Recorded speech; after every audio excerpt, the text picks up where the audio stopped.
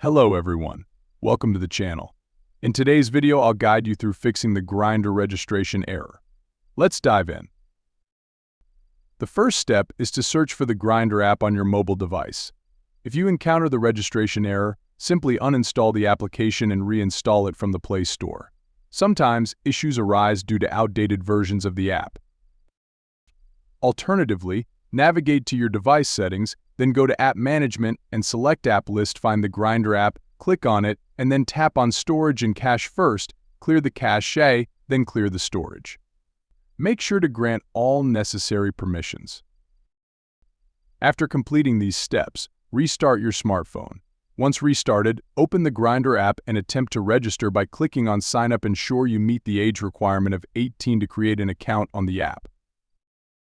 That's it. Follow these steps and hopefully you'll resolve the registration error. If you found this video helpful, please like and subscribe to our YouTube channel for more helpful content. Thanks for watching and have a great day.